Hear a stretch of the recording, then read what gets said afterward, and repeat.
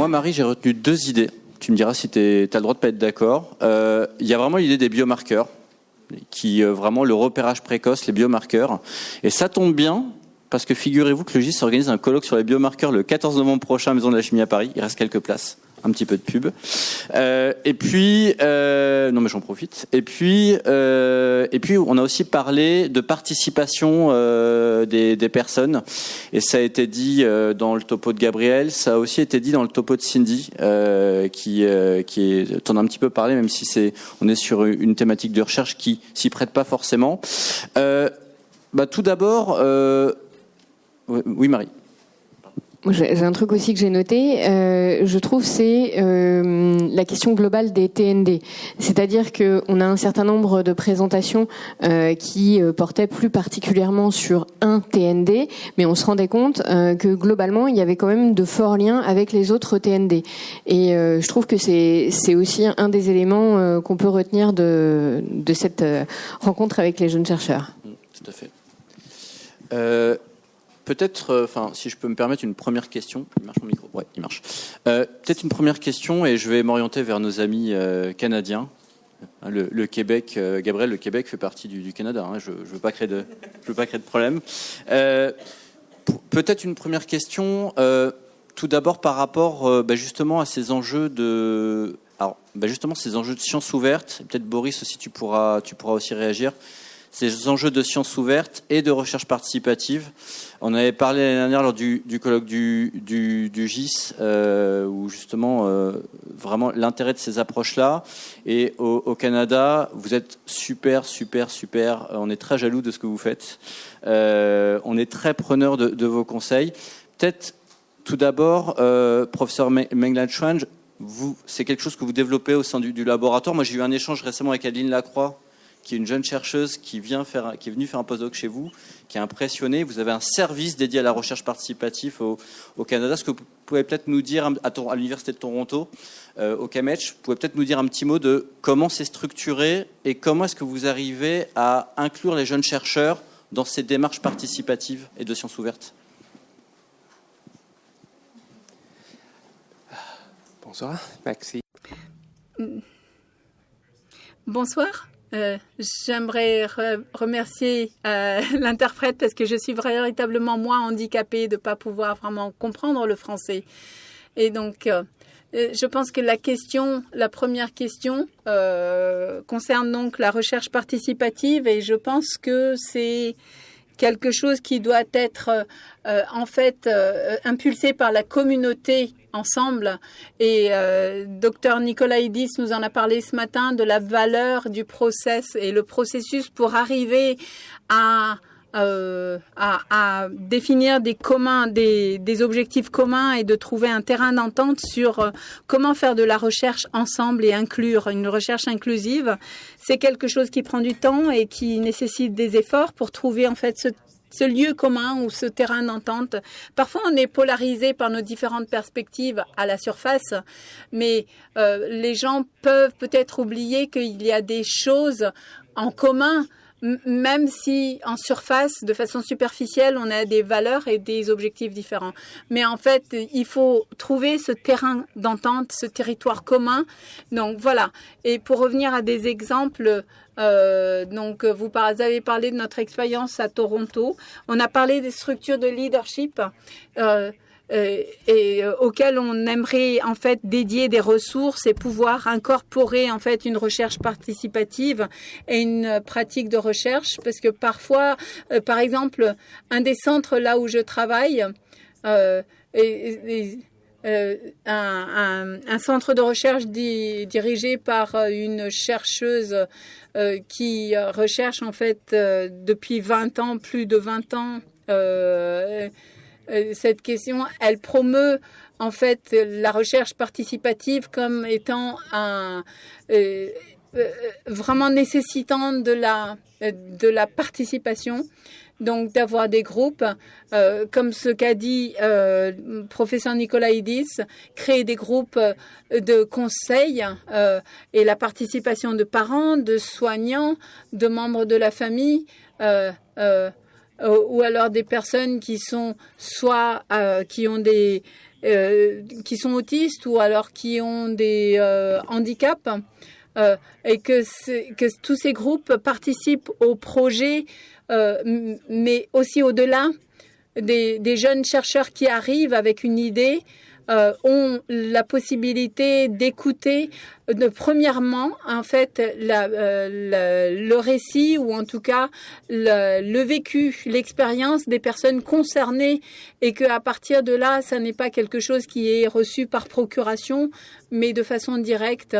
Et en fait, faire de cette participation générale quelque chose qui relève de la culture, et que les personnes qui ont ces expériences, des expériences vécues de différentes sortes, et que ça apporte véritablement une perspective complémentaire, et qu'il y ait une complémentarité véritablement entre ce qui vient du terrain, de gens qui vivent leur expérience, et les chercheurs. Boris, que tu sais être acquis, Paul, parce que je pense que tu as fait de la pub pour les biomarqueurs à la Maison de la Chimie 14 novembre. 14 novembre. À Paris. On y sera tous. Venez. Et tu sais aussi que le GIS, autisme et troubles du neurodéveloppement, pour lequel j'ai le plaisir que m'aviez invité à être membre du comité jeunes chercheurs, on va dire la recherche participative, c'est partie de l'ADN du GIS, comme tu dis souvent. Et donc, du coup, évidemment qu'il y a des points essentiels sur la question de la recherche participative. Je pense qu'aujourd'hui, ça c'est quand même une avancée de ces dernières années, plus personne n'imagine qu'on puisse faire de la recherche sans inclure les personnes concernées, et c'était pas gagné. Quand même, aujourd'hui, partout où on va, que ce soit des colloques divers et variés, les gens se disent quand même qu'il y a des challenges, hein, évidemment, il y a des défis, il y a des limites, mais quand même la recherche participative, on va vers ça, on le sait, quoi, c'est le futur. Et d'ailleurs, c'est pour ça que tous, vous le dites en filigrane dans vos présentations, c'est que même si c'est pas au cœur de la recherche que vous faites, vous l'avez incorporé même dans votre façon de penser. Et la deuxième chose, c'est la science ouverte. Alors ça va poser d'autres problèmes, la science ouverte, parce qu'il y a des histoires politiques aussi derrière, de partage de données, de pouvoir publier, et il ne faut pas être complètement angélique non plus face à ça. Mais je pense que c'est une évolution, et on ne reviendra pas tellement en arrière là-dessus. C'est-à-dire qu'il y a un cap qui est franchi, il y a quelque chose qui s'est mis...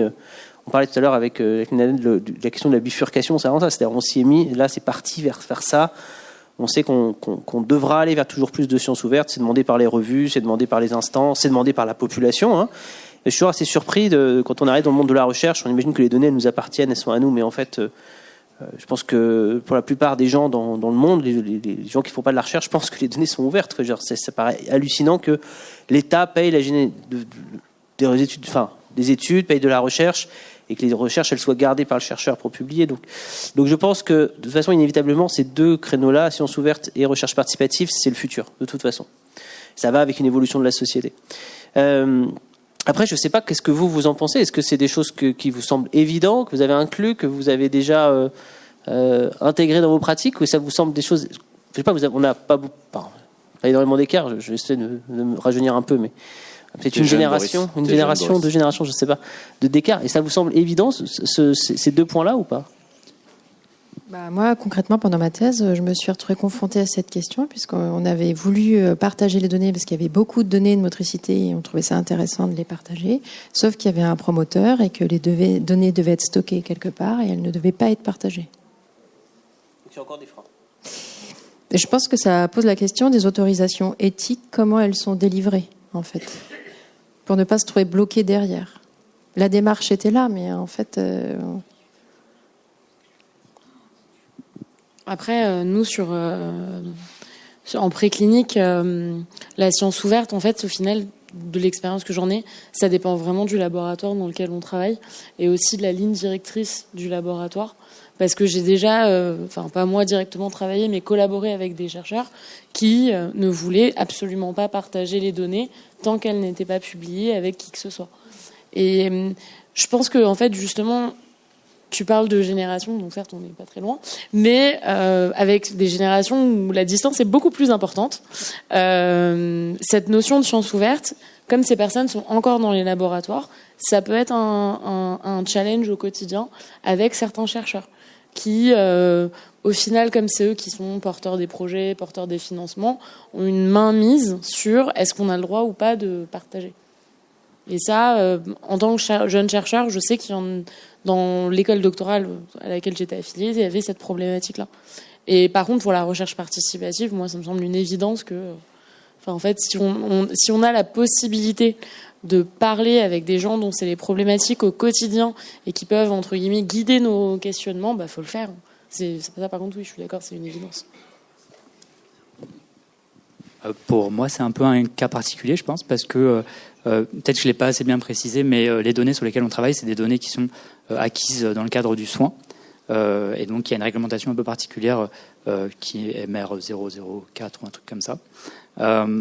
Et pour lesquelles il me semble que on n'a pas le droit de les mettre de manière ouverte comme ça sur un dépôt.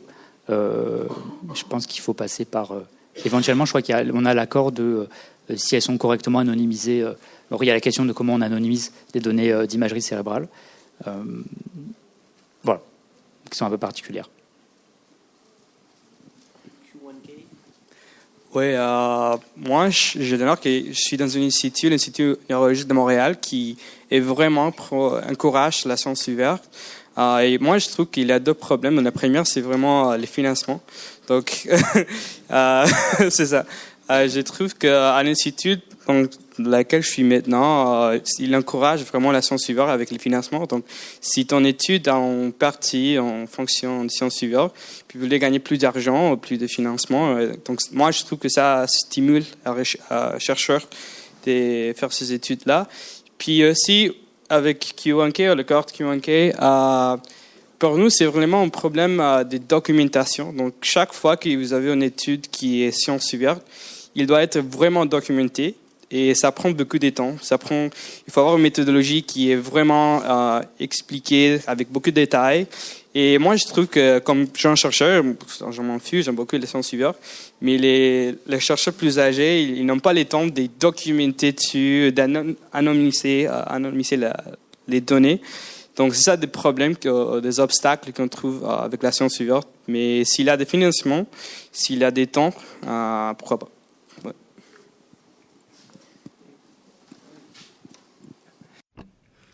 Alors, si je peux ajouter ce que vous avez suggéré pour la science ouverte, pour que ça soit possible, elle doit être à la fois en fait descendante et ascendante. Pour exemple, un obstacle important, c'est que le comité d'éthique qui ne sont pas, on n'est pas sur la même page. Les chercheurs et les comités d'éthique réfléchissent pas de la même manière, ils sont pas sur les mêmes conseils d'administration. Enfin, et je pense que à Montréal, où vous êtes, et dans mon institut, on pense qu'il y a eu vraiment beaucoup de discussions par rapport à la question du leadership et avec les comités d'éthique. Et ce qu'on fait quand on applique l'éthique, c'est toujours qu'il y aura une section sur le partage des données et il faut qu'on dise exactement comment est-ce qu'on compte faire le partage de données. Et en fait, ça fait partie en fait du process parce qu'il faut qu'on y pense dès le départ. Et ensuite, c'est plus facile de faire les choses vers l'avant plutôt que rétrospectivement. Et ça, c'est quelque chose qui relève d'une discussion qui doit avoir lieu avant que l'on commence, parce que c'est toujours difficile a posteriori. Et je pense que, dans mon expérience, je voudrais dire que persuader les leaders de l'Institut et parler avec le comité d'éthique pour que les choses se réalisent. Et puis, en fait, pour moi, je suis plus d'un truc qui démarre du terrain, c'est-à-dire bottom-up, avec une approche très, très ascendante. Je pense que c'est ce dont on a besoin au final. Si on continue avec cette idée de la recherche participative, alors tu l'as dit, Boris, on en parle beaucoup au sein du GIS Autisme et TND. On ne va pas non plus se voiler la face. Toute la recherche n'est pas participative. Il y a des projets de recherche qui se développent, notamment en recherche fondamentale, en recherche préclinique, qui se fait sans volet participatif. Mais et là, je vais me tourner vers Cindy. J'avais pas tout oublié, Cindy. Elle a le micro, voilà, ça tombe bien. On en parlait tout à l'heure, mais on avait déjà parlé auparavant, et tu étais aussi intervenu l'année dernière à ce sujet lors du colloque du GIS. De ton point de vue, tu me disais que tu pensais qu'il y avait un intérêt, même si toi tu travaillais en recherche qui est plutôt fondamentale, plutôt préclinique, tu travaillais sur des modèles animaux. Tu disais que toi tu avais un intérêt pour développer ce côté participatif. Quels sont tes souhaits et est-ce que tu trouves que l'environnement est suffisamment aidant pour te permettre de développer ça, ou est-ce que tu souhaiterais qu'il y ait peut-être d'autres moyens, des solutions mises en œuvre pour permettre aux jeunes collègues de s'impliquer là-dedans? Alors déjà, moi, ce que j'aimerais faire, donc j'en avais parlé, c'est qu'en fait, c'est aujourd'hui, par exemple, pour les données autour des maladies métaboliques dans la prématurité ou même dans les TND de manière générale, en fait, ces cohortes longitudinales n'existent pas. Alors qu'aujourd'hui, si on lance un projet de recherche participatif sur cette thématique, on peut aller au contact des familles, on peut aller au contact avec les associations, avec le GRAPS dont on a parlé tout à l'heure. On peut monter un projet pour aller directement parler à des patients qui ont l'âge qui correspond à ma problématique et juste leur poser la question toute bête, est-ce que vous êtes né prématuré ? Et globalement, n'importe qui peut répondre à cette question parce que c'est un événement marquant dans la vie d'une famille. Et pareil, la question de la nourriture, faire des questions faciles, des questionnaires faciles, réfléchis avec des personnes atteintes de TND pour que on puisse atteindre le maximum de patients et avoir une représentation la plus globale possible de cette population qui est quand même très spécifique. Pour moi, je pense que sur des thématiques justement émergentes et justement comme pour le projet métabolique où personne n'y avait pensé en fait jusqu'à présent, la recherche participative c'est le futur. Maintenant, donc moi je travaille à l'INSERM. L'INSERM a mis en place une stratégie facilitant la recherche participative. Donc pour le coup, on a un outil, donc le GRAS, pour justement bien aider à faire ça. Est-ce que c'est suffisamment répandu ? Pas sûr. Est-ce que c'est suffisamment connu? Encore moins. Je pense qu'il y a un vrai travail de communication. Comme disait Boris, en fait, la notion de recherche participative, ça vient de soi, c'est logique. Avec René, au congrès Neurofrance, il y avait la recherche participative sur le blob, qui était cette structure. Et en fait, on avait vu un engouement de la population française à collecter des données sur ça et de faire un peu son expérience à la maison. Je pense que si on inclut la population française sur des thématiques plus larges, par exemple, les gens savent qu'il y a un appel à projet autisme, trouble du développement. Ils le savent, Macron le dit, on le sait. Donc, il faut participer, il faut le mettre en avant et l'utiliser. C'était une question que j'avais pour Aurélie, parce que j'écoutais vos présentations puis je prenais des notes. Et Aurélie, je voulais vous poser une question parce qu'on parle beaucoup dans ces questions de motricité aujourd'hui des outils connectés. Les gens qui portent des montres, et à quel point c'est de la recherche participative. C'est-à-dire, est-ce que la personne finalement devient son propre expérimentateur avec ça? Alors, et est-ce que ça a un intérêt pour étudier la motricité fine, globale, je sais pas? Est-ce que ça peut me permettre de collecter beaucoup plus de données et en même temps quelle est la qualité de ces données qu'on récupère par des outils connectés? Pareil pour les EEG d'ailleurs, il y a des EEG portables maintenant et des choses comme ça. Merci pour cette question. Je pense qu'on peut répondre à plusieurs points de vue. Les objets connectés du quotidien qui permettent d'avoir des mesures comportementales, du nombre de pas, des choses comme ça, c'est des choses qui peuvent être intéressantes pour aller un peu pêcher des données en situation écologique. Donc ça, c'est intéressant.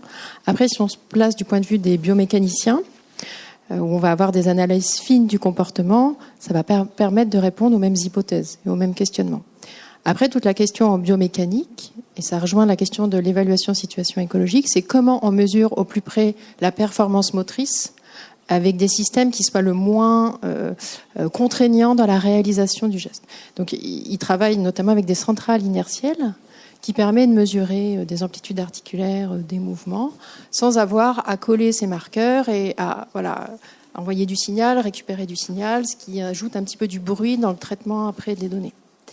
Je sais que ces centrales inertielles, par exemple, les IMU, ont pu être utilisées, notamment chez une population nouveau-née, nourrisson, pour avoir des données, des mesures fines du comportement qui soient prédictives des anomalies motrices, donc dans des études longitudinales qui suivent après le développement des enfants et qui met en lien l'apparition ou pas TND, TSA, avec ces premières mesures, dans les premiers mois de la vie. Je ne sais pas si je réponds à la question, mais voilà, ça me fait penser à ces deux choses. Capter des données écologiques, c'est intéressant. Après, il faut voir à quelles hypothèses ça répond. Et les EEG, alors? Les EEG portables? Ah oui, c'est une bonne question. Nous avons un étudiant qui vient du Japon. Au Japon, il a plusieurs études dans le laboratoire vivante. Donc, c'est-à-dire dans des laboratoires qui ne sont pas dans un hôpital, dans une clinique, mais plutôt dans une communauté, une école. Ça peut être en endroit communautaire. Donc, ils ont trouvé que oui, on peut faire les EEG portables. Ils sont pas trop précis, mais en même temps, on peut vraiment avoir un échantillon qui est plus variable, qui a des enfants qui ont des déficiences intellectuelles. Donc, nous, on a essayé de faire la même chose. On a juste commencé, on a acheté les EEG portables, les suivis oculaires portables aussi. Mais au début, oui, on trouve que c'est pas trop précis. Donc, c'est vraiment la balance entre, OK, les résultats et les mesures biologiques très précis, mais aussi qu'ils sont plus accessibles à la population. Mais oui, c'est possible. Il faut juste trouver la balance. Et en ce qui concerne la recherche participative, moi, je pense que ça commence toujours avec la formation des étudiants.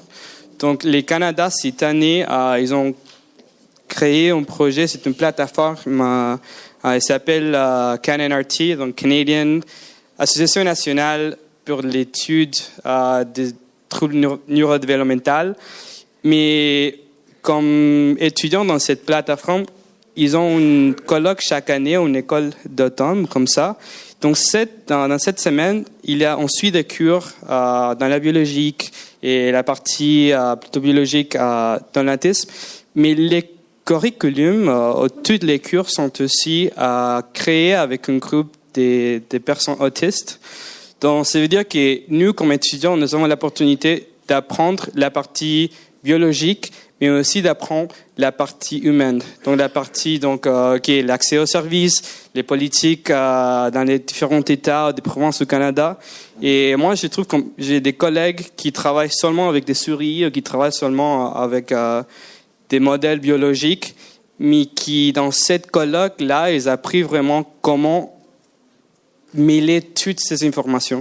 Donc, je ne sais pas si c'est la même chose à GIS, mais je trouve que ce type de formation, la recherche participative qui commence avec la formation des étudiants, c'est tellement important, surtout pour vraiment avoir une mentalité diverse. Ouais, Gabriel, tu posais la question et justement, on ne s'est pas concerté avant, mais en effet, c'est vraiment quelque chose qui remonte et qui est né au Neurofrance où on était. T'en as parlé, Cindy, justement. Cette grande messe des neurosciences françaises, c'était à Lyon il y a 2 ans et quand on parlait de faire de la recherche participative, les collègues nous disaient super, mais nous on est chaud, mais comment on fait? Comment fait-on? Et c'est là qu'est née l'idée de monter une formation à la recherche participative pour donner justement aux collègues chercheurs les outils, mais pas que. Cette formation qu'on annoncera bientôt, donc je fais c'est un petit teasing, c'est une avant-première, qui aura lieu en juin prochain à Paris. On l'avait ouverte à toutes les communautés concernées par la recherche participative et je crois que tu as raison. Il y a un vrai enjeu, en tout cas en France, pour diffuser ces outils qui sont très efficaces et ça a été montré en France, notamment dans le champ du sida, du cancer, des maladies rares, ça marche super bien. Dans le champ des troubles du neurodéveloppement, il faut être humble et honnête. En France, c'est le tout début. C'est le tout début. Et donc, l'idée, c'est que ces outils, ces méthodes, ces bonnes pratiques, elles puissent diffuser, mais aussi qu'elles s'adaptent aux spécificités de la recherche sur les troubles du neurodéveloppement. Donc, voilà. Donc, on ne s'était pas concerté avec Gabriel. On parler avec comment on peut collaborer. C'est ça, c'est incroyable.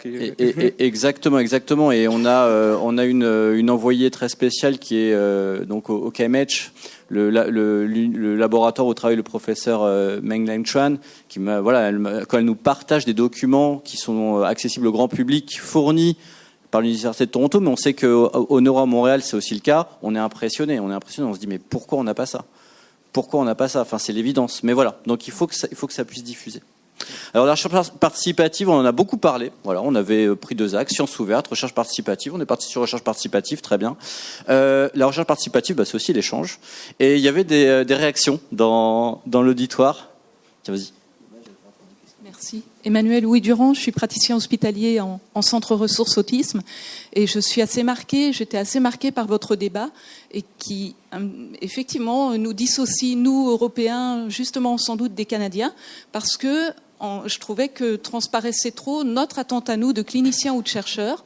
C'était, tout à l'heure, je vous entendais dire, et si je pouvais demander à la population s'il est né prématuré, ou etc. Mais encore une fois, c'est pas ça la recherche participative pour moi, et ça n'est pas ce que nous avons entendu hier de Catherine Lord, d'ailleurs.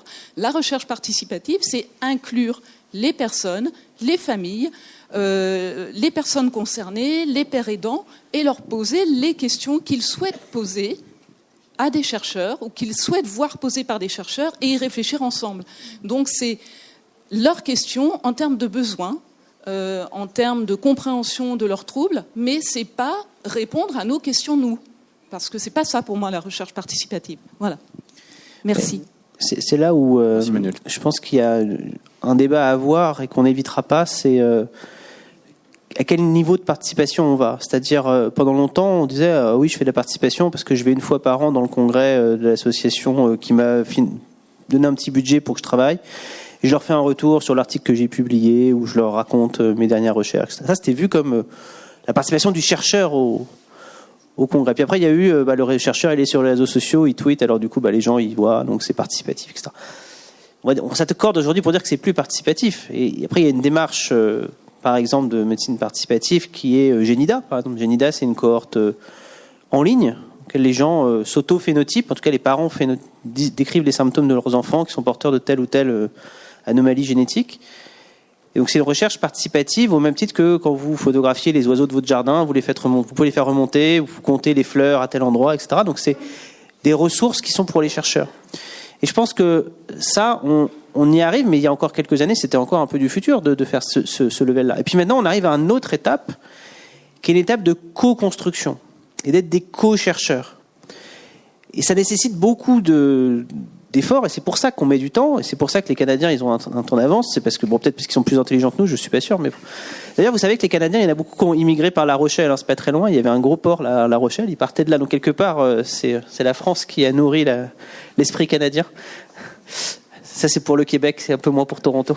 Et non, mais du coup, ce que je veux dire à travers cette blague-là, c'est qu'ils ont aussi investi ces champs-là, parce qu'ils ont investi de l'argent là-dedans. Il n'y a pas de secret, l'open science, la recherche participative, il y a de l'argent derrière. Le Montreal Neurological Institute, le neuro, il y a un institut qui s'appelle le Tannenbaum Open Science Institute, c'est 20 millions d'euros mis par une famille, la famille Tannenbaum, pour ouvrir les données de la recherche. Donc on peut dire qu'on fait de l'open science. Si on fait de l'open science avec 0 €, on fera rien. On peut dire qu'on fait de la recherche participative. Si on a 0 €, on fera rien. Donc il y a une question derrière d'acculturer les gens, et puis il y a une question d'investir dedans. Investir dans la co-construction, c'est extrêmement difficile parce qu'on ne parle pas le même langage avec les familles, avec les patients, entre chercheurs, déjà entre spécialités. Vous voyez que je pense que vous n'étiez pas rencontrés tellement avant, et vous faites des choses très différentes. Donc le langage, il est différent dans chacun des groupes. Et après, avec les personnes qui sont concernées, c'est encore un autre challenge. Et c'est encore plus un challenge dans la question du neurodéveloppement. Pourquoi ? Quand on fait de la recherche participative sur le sida ou sur le cancer, on est à peu près tous au même niveau de compréhension des choses. Alors on n'a pas le même point de vue, mais on peut avoir le même niveau de compréhension. Dans les troubles du neurodéveloppement, les personnes concernées, elles n'ont pas le même niveau de compréhension des choses. Elles ont une expérience subjective, des questions, mais il n'y a pas forcément le même niveau de compréhension des choses. Alors faire de la recherche participative avec des personnes qui ont un trouble du spectre de l'autisme, avec une très bonne connaissance de leurs symptômes et un très bon niveau intellectuel et d'études, ça va encore à peu près, mais aller faire de la recherche participative avec quelqu'un qui a un trouble de développement intellectuel, c'est encore plus difficile. Donc il faut pas se dire qu'on est mauvais, il faut se dire que c'est un challenge. C'est un challenge et qu'il va falloir qu'on relève ensemble. Merci Boris. Vincent, tu voulais poser une question ? Oui, mais c'était une remarque et je crois qu'elle est largement partagée que voilà, la recherche participative, tout le monde en parle, surtout lorsqu'il faut effectivement faire des demandes de budget. hein. Et je vais faire la comparaison qui a été faite avant moi. Il y a parfois un peu de greenwashing là-dedans. Et puis quand on gratte, il n'y a pas grand-chose derrière. Et donc effectivement, tu as lâché, mais après une demi-heure, le mot co-création. Oui, définir les objectifs du projet ensemble, c'est là que se passe véritablement la recherche participative. À mes yeux, comprendre qu'est-ce qui va impacter le bien-être des personnes. Donc les recherches sur les souris, ça peut être intéressant. Je sympathise. Mais quel va être l'impact sur le bien-être des personnes concernées? Et donc le mieux, c'est, et c'est un défi, mais il faut le relever absolument, c'est de travailler ensemble et en amont, dès le départ, dès la définition des objectifs du projet. La coproduction, c'est intéressant, tu n'en as pas parlé, mais la coproduction, c'est intéressant, mais ça vient en aval. Ici, à mes yeux, en matière de TND, la recherche participative, c'est de la co-création. Donc on commence très tôt. Et ma question à vous, c'est comment relever le défi pour commencer très tôt. Et pas se dire ah ben le train est en marche, allons parler aux personnes concernées. Non, là c'est trop tard. Je pense que Paul, il faut que tu prennes des notes, parce que je voudrais bien qu'un jour, dans le GIS, on fasse l'inverse. Que là, il n'y a que des personnes concernées, et que la salle soit remplie de chercheurs qui prennent des notes sur ce que leur disent les gens. Non, et qui disent quelles sont vos questions, et nous, on va créer le projet pour répondre à votre question. Non, mais tout à fait. Moi juste, Vincent, je te remercie pour la question. Je pense que, je suis pas sûr que ce soit les jeunes collègues qui puissent renverser la table et renverser le système. Je voudrais aussi apporter une petite précision quand tu dis que la recherche sur les souris c'est très sympathique. Attention à ce genre de commentaires. Toute la recherche ne sera pas participative. Moi, j'ai aucun problème pour le dire. Dire que la recherche animale est nécessaire, j'ai aucun problème pour le dire. En revanche, dire qu'il faut plus de liens, je pense que Cindy, tu seras d'accord, entre les chercheurs fondamentaux, précliniciens et les associations, je pense que c'est indispensable. Non, mais je pense que c'est indispensable, mais je pense qu'il faut faire très attention à ce qu'on peut dire et que la recherche participative, c'est un pas l'un vers l'autre. Et attention, j'entends beaucoup dans les colloques, notamment du GIS, des attaques contre la recherche animale, l'expérimentation animale qui est attaquée actuellement. En tout cas, moi je vous dis, c'est ma position. Je ne représente que moi, mais moi je serai toujours un défenseur de cette recherche qui me paraît indispensable. Cindy, je ne sais pas si tu voulais réagir. Oui. Alors, deux réponses. Premièrement, sur la recherche participative, telle que j'en ai parlé là, par rapport au projet que je cherche à montrer pour répondre aux deux questions qui se sont suivies. Bien entendu, cette partie de la recherche, elle est à son bégaiement. Moi, c'est des idées que j'ai en tête, que j'ai eues en participant, en discutant avec Paul, en allant à Neurofrance, en allant au colloque du GIS, en écoutant hier. Donc j'apprends. Je dis pas que j'ai toutes les clés en main aujourd'hui, et je suis d'accord avec Boris. La réflexion autour de ça, elle est en construction en France. Et effectivement, pour ce projet métabolique, on est au début. Maintenant, moi, je fais partie du consortium PREMSTEM, donc c'est un consortium européen qui, pour la première fois, a été financé par l'Europe à hauteur de 5 millions d'euros, pour la seule et unique raison que c'était le premier projet européen qui incluait la co-création avec des associations de patients pour étudier l'utilisation des cellules souches chez les enfants prématurés. Donc, il faut savoir que, par exemple, c'est un exemple très concret, l'utilisation des cellules souches chez les enfants prématurés, il y a déjà plein d'études cliniques qui existent. Pourtant, jusqu'à le consortium PREMSTEM qui a été financé en 2020, personne n'avait demandé aux familles de patients. Est-ce que pour vous, c'est pertinent? Est-ce que ça vous semble concret de vous aider? Qu'est-ce qu'on peut mettre en place? Quelle est la suite de ce que vous voulez mettre en place pour la recherche sur la prématurité? Donc effectivement, les prématurés, ils sont bébés.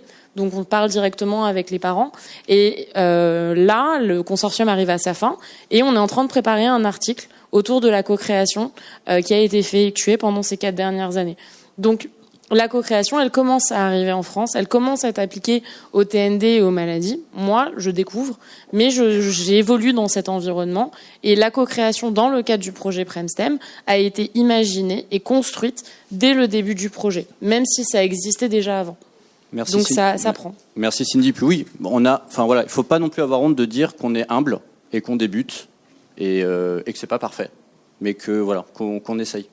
Grégory, tu avais une question. Bonjour, je m'appelle Grégory. Justement, moi, je fais de la recherche participative. Alors, avec Marie sur le projet Autisensité, un projet qui s'appelle Ancrer l'autonomie de vie, qui est beaucoup plus large que en rapport avec les TND. Je me rappelle avoir participé au Centre Excellence Autisme de Tours à des questionnements sur justement qu'est-ce que c'est la recherche participative. Alors on voit un peu les deux visions là qui sont un peu confrontées, d'une recherche plus dirigée par les chercheurs auxquels on essaye d'inclure, ou une recherche où en fait on part des questionnements que les personnes ont et on essaye de développer de bout en bout dans la mesure du possible tout le projet de recherche. J'ai une question et notamment ça m'intéresse un peu d'avoir l'avis de personnes qui font ça de l'autre côté de l'océan. L'année dernière, il y a eu une grande consultation civile concernant les stratégies de TND en France. C'était en avril jusqu'en mai 2023. Il y avait un sujet sur l'amplification des activités du groupement d'intérêt scientifique.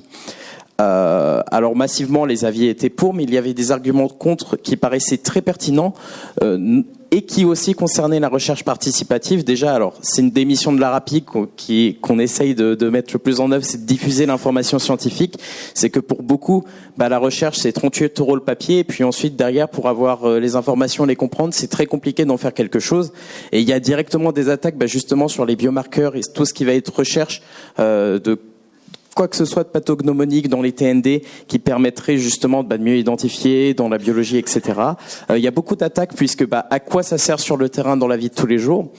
Et justement, une des réponses qui est tentée d'être apportée avec la recherche participative, c'est qu'en incluant les communautés, on réussirait à avoir un peu plus de retour et puis faciliter justement cette communication pour aussi mieux expliquer l'intérêt, par exemple d'aller chercher des biomarqueurs, comment concrètement ça peut avoir un intérêt, même si ça part d'expérimentations animales, etc., qui sont normalement nécessaires au développement d'une recherche comme ça. Et comme on a dit, on débute en France, mais est-ce qu'il y a un peu de retour qu'on pourrait avoir sur ces notions-là venant du Canada et Québec notamment? Merci. Gabriel, tu veux?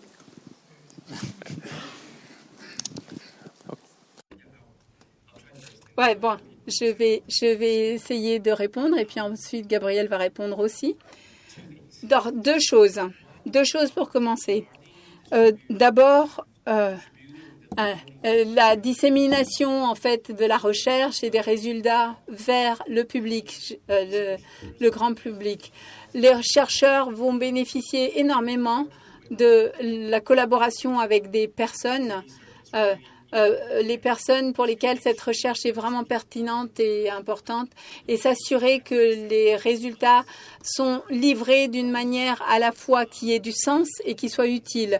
D'abord, j'ai travaillé dans le réseau TND en Ontario, et le réseau comprend ce qu'on appelle donc un comité consultatif parents-enfants, qui est exactement un cadre participatif.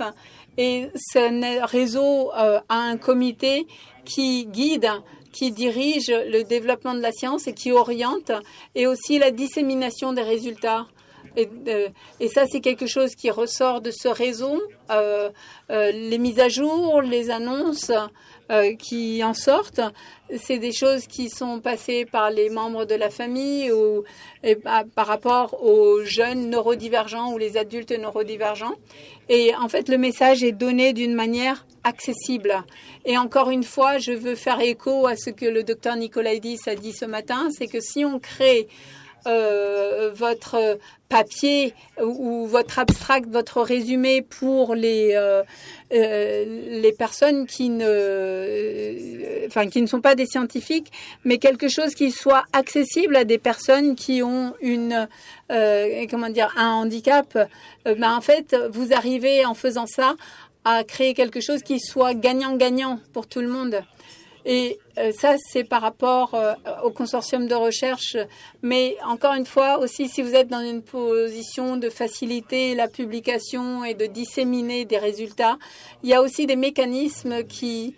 Dr Nikolaïdis a dit qu'elle est la rédactrice en chef d'une publication les plus importantes sur l'autisme.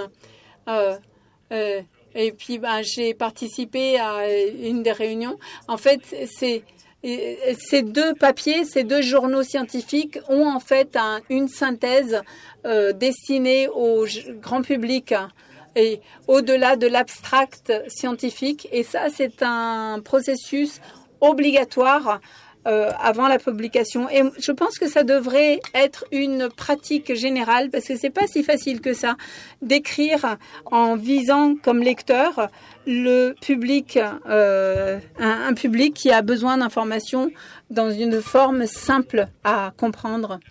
Donc la meilleure manière, je pense que c'est de travailler avec les personnes qui ont une expérience vécue, parce que c'est ces personnes-là qui peuvent vous dire ça a du sens et puis ça sert à rien. Et ça, c'est vraiment très très important. Donc, quelle que soit la manière dont on y parvienne, créons cette culture-là ensemble. Est-ce que tu veux ajouter quelque chose? Ouais, en fait, oui. Oui, c'est la même chose. Je suis d'accord qu'on a mis ça au Canada. À Montréal, c'est la même chose. On vraiment se concentre sur la recherche participative. Pour moi, ça veut dire il y a plusieurs aspects. Donc, c'est la co-création. Comme j'avais dit dans les protocoles, c'est un protocole des 10 tâches. Donc, comment est-ce qu'on peut inclure les parents, les patients concernés et pas seulement pour la création du protocole et de suivi oculaire, mais aussi accès aux ressources. Donc, on trouve souvent qu'au Canada, oui, les gens participent dans des études de recherche, mais après ça, ton enfant a une déficience visuelle d'attention, et voilà, c'est tout. Mais c'est vraiment comment on peut être les ponts, ces liens entre la recherche, mais puis aussi l'accès aux ressources. Donc, c'est une dans notre étude à Montréal, c'est juste vraiment, on va faire toutes les tests, mais on va aussi créer un réseau des communautés, des partenaires communautaires, des hôpitaux, et comment on peut vraiment améliorer les ressources. Et comme j'avais dit, je veux dire encore une fois, c'est la même chose, ça commence toujours avec la formation. Donc, si on crée un consortium des étudiants qui ont vraiment les besoins des patients au centre de la recherche, ça peut changer dessus. Ouais. Oui, moi, je voulais juste faire une dernière question. Un commentaire, et plus qu'un commentaire qu'une question. Mais d'abord, je veux commencer par dire combien la recherche fondamentale est nécessaire et combien la recherche clinique, en complément de la recherche fondamentale, est nécessaire. Maintenant, quand on parle de participation, quand je vous entends, on a l'impression qu'on est en un problème de recrutement de patients. Il faudrait pouvoir augmenter notre recrutement. C'est pas ça dont il s'agit. Ou alors on passe à côté. Enfin, je suis d'accord avec ma collègue de Tours. C'est pas de ça dont il s'agit. Maintenant, co-élaborer des projets. Moi, je suis un psychiatre de base, comme ça. Je reçois des patients tous les jours. Et ma première question, c'est pourquoi vous venez me voir? Qu'est-ce que je peux faire pour vous? C'est participatif, non? Ce que je veux dire, c'est que si c'est ça, je ne demande pas aux patients de faire mon boulot et je me mets pas à sa place.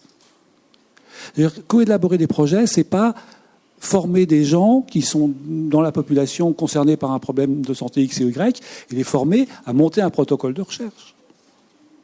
C'est savoir exactement ce qu'ils attendent d'un travail de recherche et comment ça va leur changer leur quotidien. Et beaucoup de nos recherches ne changeront pas leur quotidien. Mais elles sont tout à fait nécessaires. Donc, vous voyez, je trouve que cette notion-là est très de recherche participative, englobe tellement de sous-entendus que ça devient assez confusionnant. Voilà mon propos. Non, vous avez raison, il faut clarifier un certain nombre de choses qu'on met derrière la recherche participative, et il ne s'agit pas d'opposer recherche fondamentale, recherche clinique. La preuve, c'est que si on n'avait pas découvert les gènes, les ARN, etc., on n'aurait pas fait les avancées qu'on a fait. Si on n'avait pas découvert la physique, on n'aurait pas pu faire de EG ou d'IRM. Donc tout ça est complètement intégré, et il ne faut pas du tout dire à un moment on met le curseur sur de la recherche très appliquée en oubliant la recherche fondamentale, sinon on va laisser... C'est un mauvais pari sur l'avenir. Donc il faut continuer de front les choses, et il y a une portion de la recherche sur laquelle il va falloir qu'on fasse différemment et qu'on invente des co-constructions. Mais ça veut dire qu'il va falloir avoir un lieu partagé pour ça. Parce que le raisonnement scientifique, il est particulier. Typiquement, un raisonnement scientifique, c'est on fait une hypothèse et on essaye de faire une expérience qui démontre l'inverse de l'hypothèse pour voir si on arrive à réfuter cette hypothèse. C'est pas ce qu'on fait dans la vie de tous les jours. On dit pas, tiens, cette voiture, elle doit être rouge, et puis je vais faire tout pour démontrer qu'elle n'est pas rouge. On fait jamais ça dans la vraie vie. Donc la pensée scientifique, elle est contre-intuitive avec l'opinion générale. Et donc c'est pas simple d'apprendre ça. Alors on l'apprend un peu à l'école, plus ou moins, mais c'est ça qu'il va falloir qu'on ait. Et c'est pour ça que je suis extrêmement content qu'on ait des lieux comme l'ARAPI, où vous êtes en train, je me mets dedans, je m'inclus dedans, nous sommes en train, arapiens, de construire une connaissance commune et une façon de fonctionner commune entre médecins, chercheurs, personnes concernées, familles. Non, c'est pas la seule, on est d'accord. Oui. Il y a des découvertes par hasard, il y a des sérendipités, il y a de l'observation.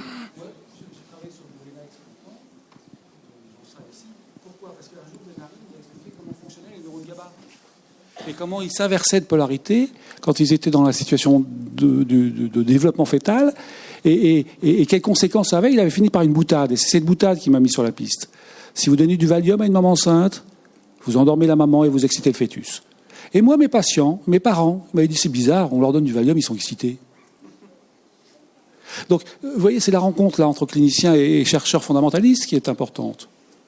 Donc, les hypothèses de recherche, elles viennent de plein de choses différentes, et c'est pas seulement montrer autre chose que... C'est une définition, c'est un travail de recherche, mais c'est pas le seul.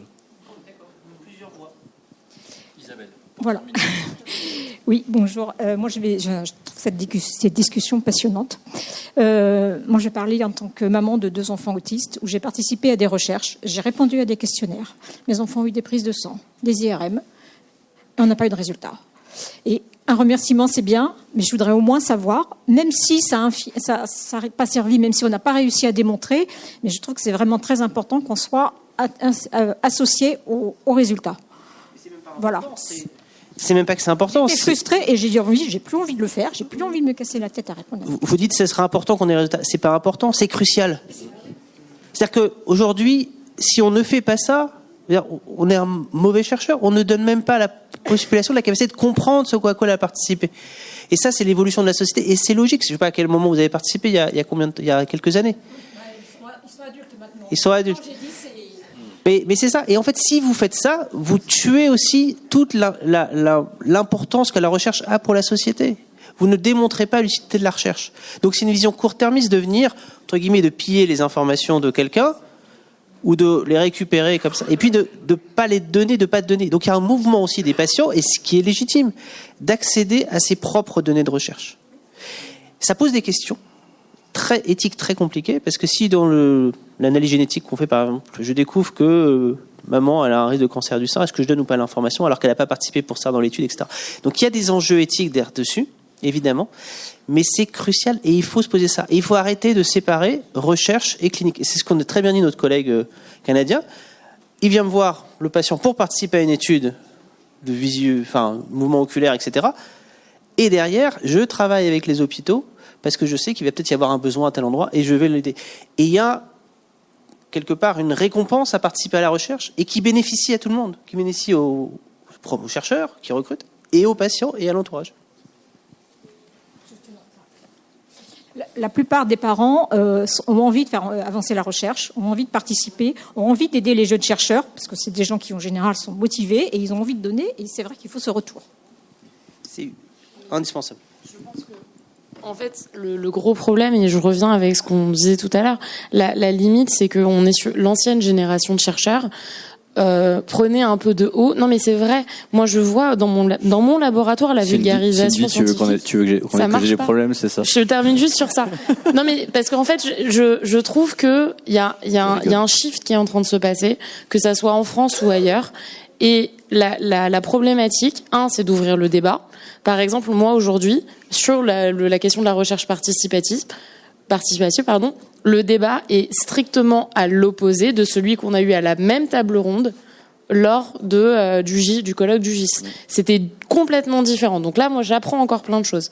Et surtout, il y a un effet générationnel de la vulgarisation scientifique. L'ancienne génération considérait qu'on a eu accès aux données, mais que c'était pas nécessaire de partager. Et enfin, moi, en tout cas, je prends le pli. J'ai essayé, en tout cas, aujourd'hui, de faire, alors c'est du préclinique, c'est vrai, de vulgariser au maximum. Mais nous-mêmes, on a des limites. Parce que la recherche clinique, préclinique, comme l'a dit Paul, on se fait attaquer de toutes parts, parce que c'est des modèles animaux. Mais en réalité, il y a un exercice de vulgarisation, et c'est notre génération à nous qui devons le faire et qui commence à le faire. Et on va faire au mieux. Je peux juste que dire ça pour terminer. Merci beaucoup, Cindy. Merci beaucoup. C'était super intéressant. Vaste problème, on a encore beaucoup de taf, pour le coup. Moi, je crois que c'est vraiment ma conclusion en termes d'accessibilité, en termes de partage, en termes de communication. Ça tombe bien. Ça tombe bien, on est ensemble encore pendant jusqu'à vendredi. Et vendredi, il y a les ateliers. Alors, j'ai le droit de dire qu'il y a un atelier recherche participative? J'ai le droit de le dire. Alors, il y a un atelier recherche participative vendredi matin. Il faut s'inscrire, il faut être là, venez, voilà, ça va être top. On continuera comme ça nos échanges.